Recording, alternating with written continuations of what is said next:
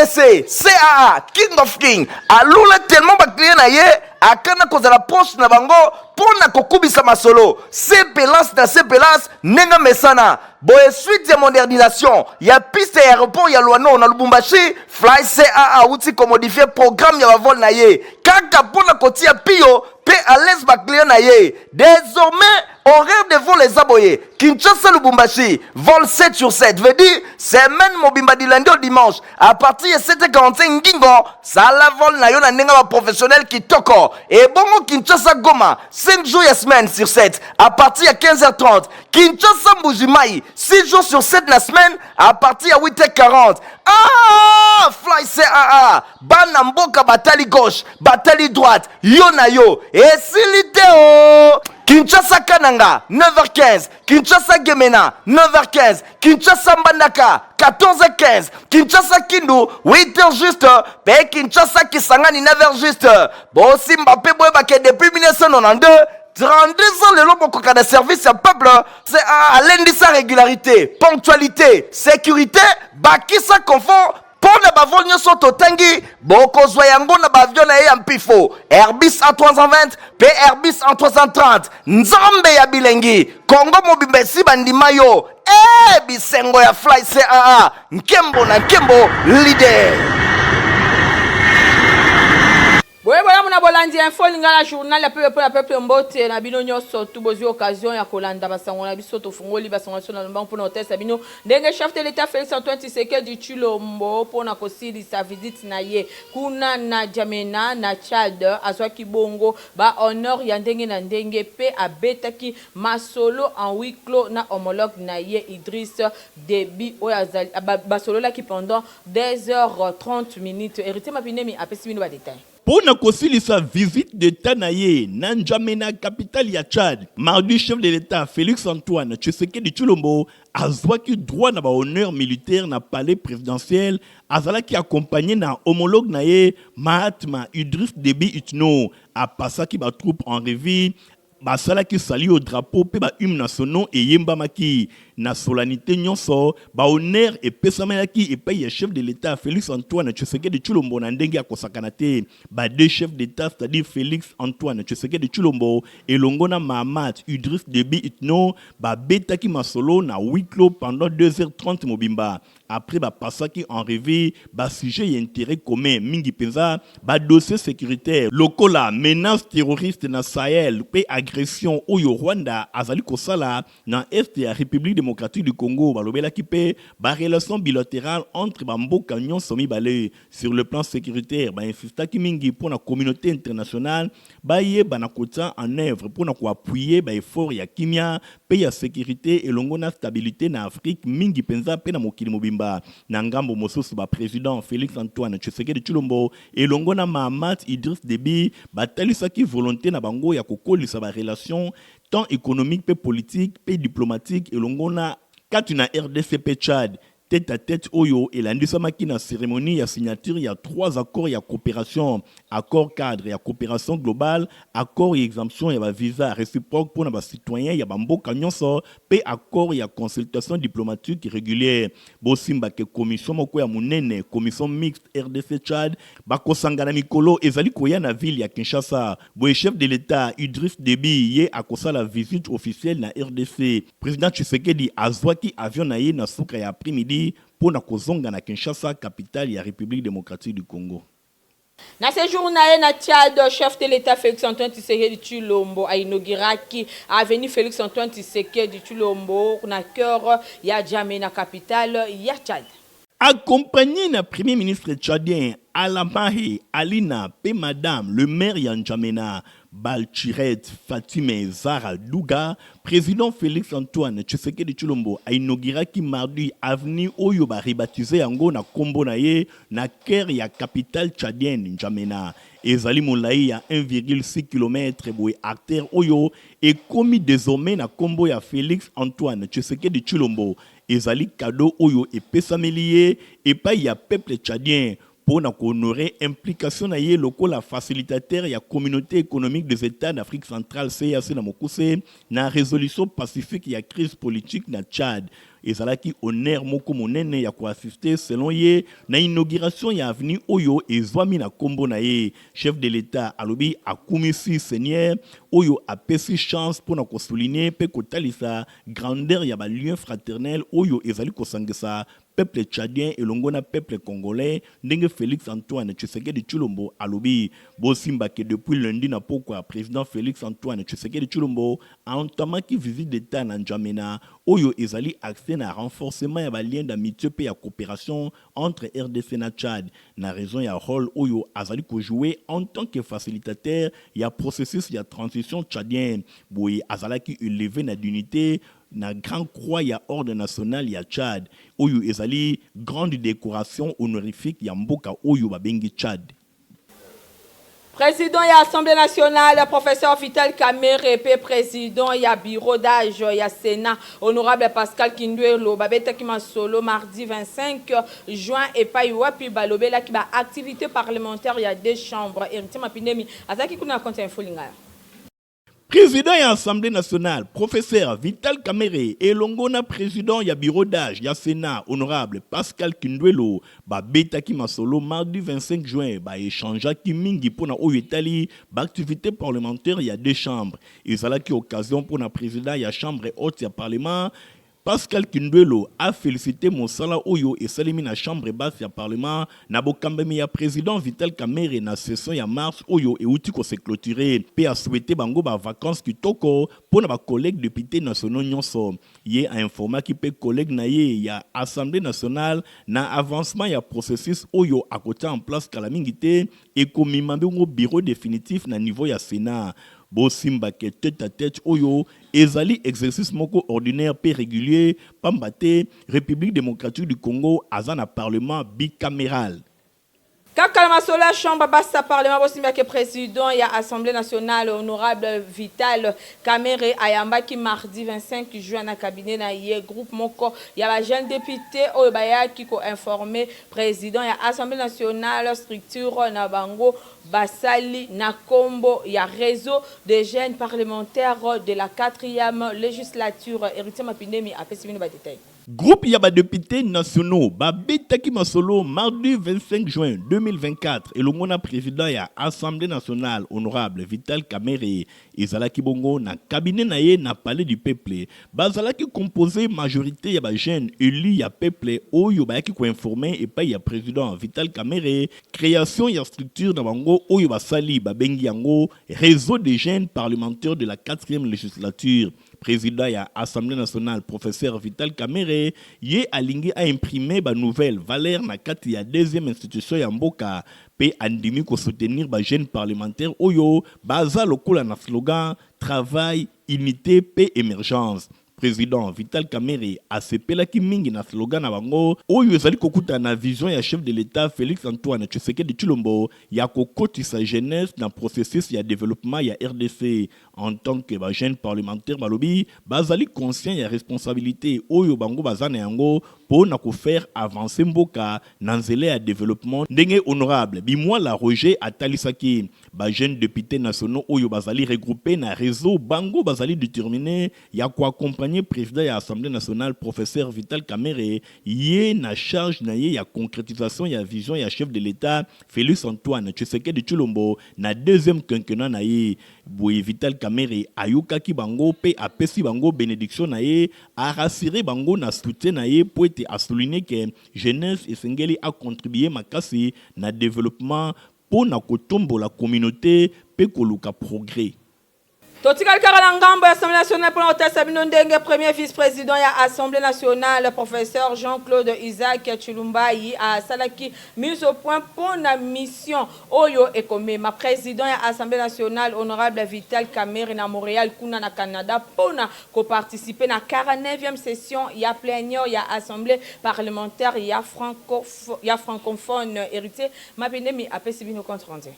Premier vice-président de l'Assemblée nationale, professeur Jean-Claude Isaac Tshilumbayi, a salaki mise au point na mission Oyo Ekotambosa président de l'Assemblée nationale Vital Kamerhe na Montréal na mboka Canada pour participer à la 49e session ya plénière ya Assemblée parlementaire ya francophone. Alors il était eloko ezali société pour kokoba ko alimenter polémique autour ya composition ya délégation congolaise pour la session oyo ezali bongo fusion ya 4 différents ordres de mission et longo na ba personnes oyo bazali bongo différentes pour na forum différents oyo ekosali na marge ya session oyo ekosétaler na 12 jours. Contrairement à les chiffres oyo epesamaki na réseaux sociaux eza na ba abus financiers soki mokete esengeli batu ba na ko exagérer te na likambo etali ba chiffres oyo ezali koleka na réseaux sociaux ezali mention epesami na mesure oyo ezwamaki po na kosuki sa publication ya ba documents officiels na ba réseaux sociaux. Premier ministre Judith Suminwa a rassuré la population ya Sud Kivu na ko relever ba nombreux défis na bo kominaye kuna mardi 25 juin 2024 boye ba ke a président qui cérémonie na désengagement ya MONUSCO. Nathalie Kaila a pesi binu ba détail. Premier ministre Madame Judith Suminwa Tuluka asalaki première mission officielle naye na Bukavu, chef-lieu ya province ya Sud Kivu. Depuis nomination naye et pays ya président de la République Félix Antoine Tshisekedi Tshilombo na poste oyo ya chef ya gouvernement na bokomi naye na Bukavu a président qui cérémonie ya désengagement ya MONUSCO na Sud Kivu. Étape ya retrait oyo ya ba force ya MONUSCO ezalaki approuvé na Conseil de sécurité na résolution 2717 na demande ya gouvernement ya RDC. Chef ya gouvernement a placé paix au cœur ya gouvernement naye. Premier ministre, ministre intérieur Jacquemain Chabani a salué processus oyo. La cérémonie mémorable qui nous réunit ce jour trouve sa solennité en ce sens qu'elle marque la fin de la première phase du processus de désengagement de la MONUSCO. Nangambu ya MONUSCO Bin Keita yepe alobi fermeture oyo ya babiro eza na aboutissement moko ya processus ya molayi. Avec le départ de la mission du Sud Kivu, le gouvernement assume ses fonctions régaliennes pleinement, en particulier celles relatives à la protection des civils et à la restauration de son autorité. Car à la ville ya Bukavu, le premier ministre a salaki meeting populaire na place ya indépendance pour na ko échanger na population wapi et pas a pesa qui paye don de vivre na ba sinistré ya Kanyengwe. Nathalie Kaila a pesa bino ba détail. Place de l'indépendance, meeting populaire pour la population au Baya qui est belé pour na koyoka chef ya gouvernement Madame Judith Suminwa Tuluka a salué qui présence ya population ya Bukavu malgré l'attaque au ezakuna pour na chef ya gouvernement Sud Kivu eza symbole ya résistance contre agression barbare oyo eza non justifié malgré wana bozali ko continuer ko éduquer bana na bino na bongo chef ya gouvernement a rassuré population ya Sud Kivu n'implication au bazali ko sala pour na ko relever défi oyo avant ya kozala premier ministre nazana no mwasi naza ko ressentir oyo bozali koyoka bana na bino bazali ko souffrir na insécurité o ezali awa kolia ezali te kofuta classe pasi bosimba ke premier ministre Madame Judith Suminwa Tuluka a rassuré bango soutien na ye pour na ko appuyer FARDC na la police pour le rétablissement total ya paix. Judith Suminwa a rassuré bango ko poursuivre ba effort pour la consolidation ya gratuité et enseignement pe ko assurer meilleure qualité et enseignement. Ayebisi na bango lisusu ke bako continuer programme ya gratuité ya prise en charge ya ba nouveau-né pe ba couverture ya santé universelle na o etali stabilité ya taux ya échange a promettre ko sala nyonso pour na kobongisa situation oyo. Pour na kosukisa ville ya Bukavu, boyeba ke premier ministre a rassuré population na ye ko sala ba infrastructure ya malonga pour bazala na ba route moko ya qualité, a promettre ko s'engager lisusu pour na ko résoudre problème ya agrandissement ya piste ya atterrissage. Bosimba ki chef ya gouvernement a solola ki lisusu na ba député provinciaux ya province oyo na ba opérateur économique avant ya ko poursuivre nzela na ye na Goma. Bosimba ke premier ministre Judith Suminwa a quitté mercredi 26 juin 2024 na Goma na province ya Nord Kivu pour na ko réconforter pe ko assurer na population victime ya guerre ya est boyeba ke chef ya gouvernement a ko échanger na ba force vive pe ba notable ya province oyo avant ya ko quitter Goma. Chef ya exécutif national a ko kutana na ba déplacer ya guerre pour na ko sala ba don ya vivre pe non vivre na ba famille de ya déplacé de guerre pe ba remise ya ba kit pe prise en charge ya ba maladie na ba hôpitaux oyo ezali ko soigner ba militaire oyo bazali bongo blessé ba détail élément oyo boko yango na ba sangola biso ezali ko ya to poursuivre édition biso pour na ko tatisa bino ndenge ministre ya ba ressources hydrauliques pe électricité mo la mboka Teddy Luamba ayambaki en audience mokola mardi 25 juin ambassadeur ya Japon na RDC Ogawa Hidetoshi. Beaucoup tani oyo ezalaki inscrit na cadre ya visite oyo ezako viser renforcement ya collaboration entre ba deux pays oyo na domaine ya hydroélectricité. Ambassadeur ya Japon na RDC Ogawa Hidetoshi a souligné importance ya réunion oyo, a invoqué ba projet ya coopération bilatérale, notamment réhabilitation ya réseau électrique na district ya Moamba. Avana nubokutani oyo bosengeli koyeba ke ministre Teddy Luamba bakisela ka le ministre technicien manager a kutanaki na délégation ya agence nationale ya électrification pe ba service énergétique na milieu rural pe périurbain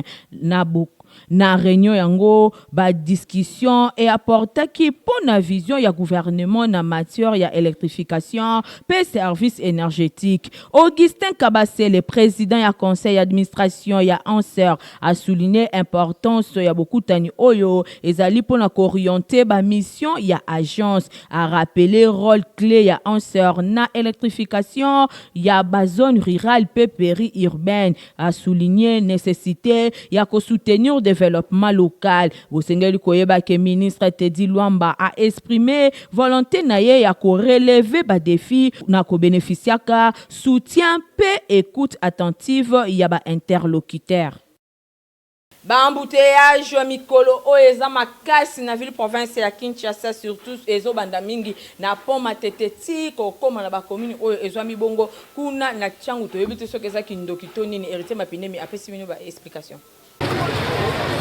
District ya Tchangu, population azali konyo kwa manandenge ya kosakana te, ba embouteillage oyo ekomi mikolo oyo surtout na pokwa kobanda 18h mata ekomi lokola kindoki ezali kobanda na pont Matete. Population ya Tchangu bazali kotambola kaka makolo lokola bato bazali kokima guerre kasi nzokande embouteillage baso de mouton oyo esalema epesa na yango résultat ya malonga te. Donc chaque jour likambo ya embouteillage ekomi pain quotidien pour la population avant na Tchangu. Na micro ya Info Lingala boyoka ndenge balobi.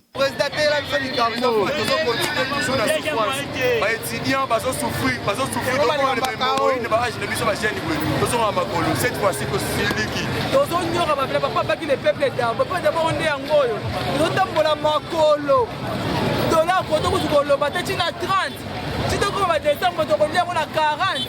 to bandi banda 7e miri papa ti to traverser kimbuta makolo papa osali po hôtel so makambo oyo transport ezate papa tozonyoka makolo efimbi se kofimba pour les transports de Kolangai kobanda ville to komao okoma na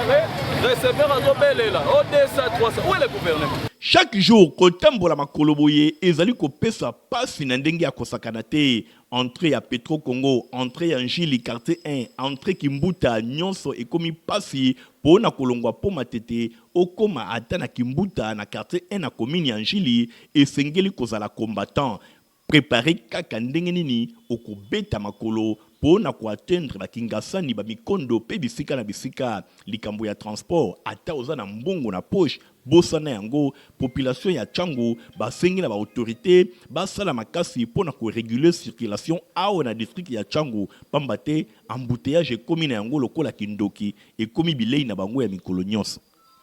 Suite à la modernisation, il y a piste, il y a Luano, dans le Bumbashi, DCAA a modifié horreur, il y a vol naïe dans différentes villes, il y a République démocratique du Congo. Michael Bristoto. Bobenga ye mfumu ya mapate ya RDC CAA King of King alula tellement ba client na ye akana kozala poche na bango pona kokubisa masolo sepelas na sepelas nenga mesana boye suite ya modernisation ya piste ya aéroport ya Luano na Lubumbashi Fly CAA uti komodifier programme ya bavol na ye kaka pona kotia pio pe à l'aise ba client na ye désormais horaire de vol les aboyés Kinshasa Lubumbashi vol 7 sur 7 veut dire semaine mobimba du lundi au dimanche à partir de 7h45 ngingo ça la vol na yo na nenga ba professionnel qui toko et bongo Kinshasa Goma 5 jours ya semaine sur 7 à partir de 15h30 Kinshasa Mbujimai 6 jours sur 7 la semaine à partir de 8h40 ah Fly CAA bana mboka batali gauche batali droite yo na yo et siliteo Kinshasa Kananga 9h15 Kinshasa Gemena 9h15 Kinshasa Mbandaka 14h15 Kinshasa Kindu 8h juste pe Kinshasa Kisangani 9h juste Bossi Mbappé Boebake depuis 1992 32 ans le lobo koka de service à peuple c'est à l'indisa régularité ponctualité sécurité bakisa confort pour na bavol nyonso totangi bokozwa yango na bavion na ye ya mpifo Airbus A320 pe Airbus A330 nzambe ya bilengi Kongo mobimba esi bandima yo bisengo ya Fly CAA nkembo na nkembo leader. Na éducation bosimba ke ba préfet ya ba itemat ndolo pe ya binza delvo bazali solo kobengisa ba parents oyo balengi bana na bango bazwa ba formation technique ba leka na ba bureau na bango po na ko retirer ba fiche ya ba inscription. Stéphane Skande, Francis Kanza Lokoka. Kinshasa boyo kasangola memeli bino na oyo etali bongo ba formation ekuba na domaine technique ya solo ya ngonde esalaka ke ba benga bana na bino ba ingénieur yoka pona année scolaire 2024-2025 Institut technique de météorologie aviation et télécommunication itemat ndolo ista pe itemat binza ista na delfo na commune ya Ngalema bazali kobengisa ba parents nyonso ya Kinshasa pe ya ba province ya RDC oyo bana na bango bazali na ba ambition ya kolanda ba formation na ba domaine technique lokola aviation civile mécanique générale mécanique automobile électricité générale construction générale météorologie et électronique oyo na kati na yango bokozwa 3 options totangi radio transmission commutation bakisa électronique industrielle cours ya anglais pe informatique ezali na pointe po bana na bino bazala ata na susi mokete na mboka ya bapaya bano batanga kawa bakosilisa wa bokoki komona bango ebele sur le marché tango aussi sa classe na bango na domaine nyonso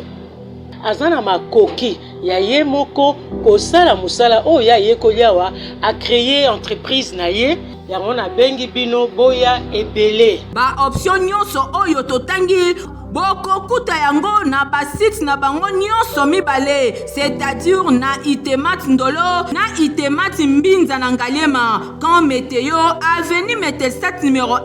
quartier Congo commune ya Ngalema bolekaleka na ba bureau na bango pona ko retirer ba fiche ya ba demande d'inscription pona année scolaire 2024-2025 mingi pona bana na bino oyo bakomata ba classe ya 7e pe 8e pambate ba candidature na bango ezalaka conditionné na test d'admission oyo kutu ezali déjà fixé le 20 juillet 2024. Boyebi ke formation na kati ya itemat ezaka formation moko intégrale tuchaka mingi elikia na bana na biso bazali ko banda classe na 7e 8e mais formation na bango bandaka partir ya informatique na anglais ndeti pesa mise à niveau à bana pour un technicien actuellement selon la nouvelle technologie c'est ngeli mwana maîtriser anglais na informatique et puis to peut ko signaler ba pratique où ezali ko sala na ba différents domaines techniques na biso je pense yo moko moni ndenge to siliko yamba laboratoire ya simulation ya ba vol pour na bana section aviation civile na ba atelier mususu je pense nde mabongiso tsiko bongisa na baboti pour être ba na lombango le 20 juillet déjà inscription et premier test que ça les meilleures inscription na kati ya itemat istal pour la bana la bino basa la santé kitoko poto et ça c'est mon corps protivap Stéphane Skandi. merci. Yabouinde, bana nyoso baza kuringa. À la prochaine.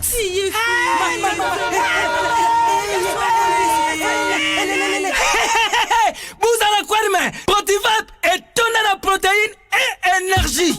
Ah papa, merci pour les protéines pour les enfants. Eh Bino, bote la baonine. Bote na bodona Bino. Baba kansa bomba bonga. Pona bana na yo bakumarukura bana oyo. Faut laisser kabango poto Protivap. Et ça ba pota te. Allez, kamata. Bon appétit. Bana nyeso ba yaka Protivap. Ah, bah si kulia ya bango Protivap, bah bandi badasi na bango ya bébé pro. Tala. Ba yango, chata kitoko nchato makachi.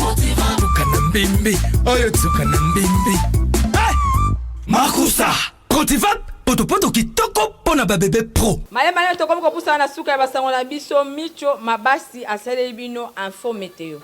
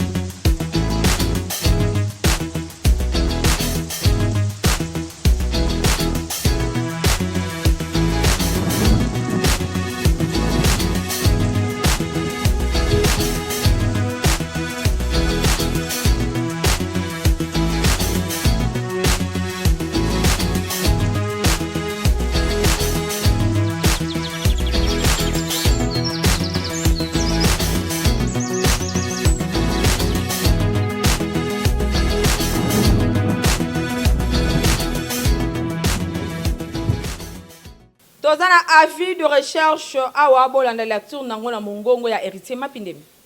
Avis de recherche, famille Mbutu, elongona Monsieur Mbutu la vie, bazali koluka mwana na bango na kombo ya Mbutu Jérémy, ye azana 18 ans, azali élève ya école Bobokoli, na Binza Delvo na commune ya Ngalema pe azali na 3e scientifique, ye abungaki depuis jeudi 13 juin 2024, boye Nango bazali kosenga na moto nyonso oyo akomona Jérémy Mbutu tope akozala information na ye akende na quartier cité des anciens combattants quartier 2 numéro 11 bis na commune ya Ngalema tope akoki kobenga bango na numéro oyo 082 33 27 625 082 33 27 625 balobi lifuti ekopesa mana moto nyonso oyo akomema Jérémy Mbutu na libota. Eloni esila kate info ngala journal ya peuple pona peuple yango ekomi na suka bandeko botikala malamu. Au revoir.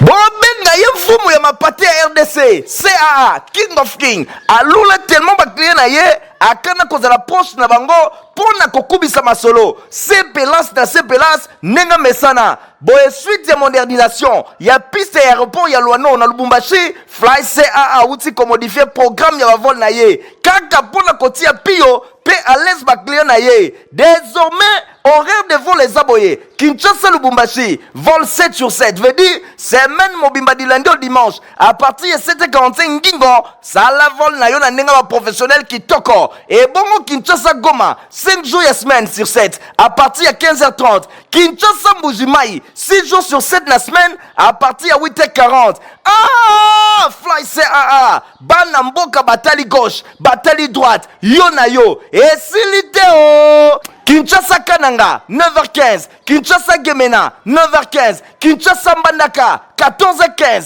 Kinshasa Kindu 8h juste pe Kinshasa Kisangani 9h juste bosimba pe boyebake depuis 1992 32 ans le lobo kokana service ya peuple c'est à lundi sa régularité ponctualité sécurité bakisa confort pona bavol nyonso totangi bokozwa yango na baavion na ye ya mpifo Airbus A320 pe Airbus A330 nzambe ya bilengi Kongo mobimba esi bandima yo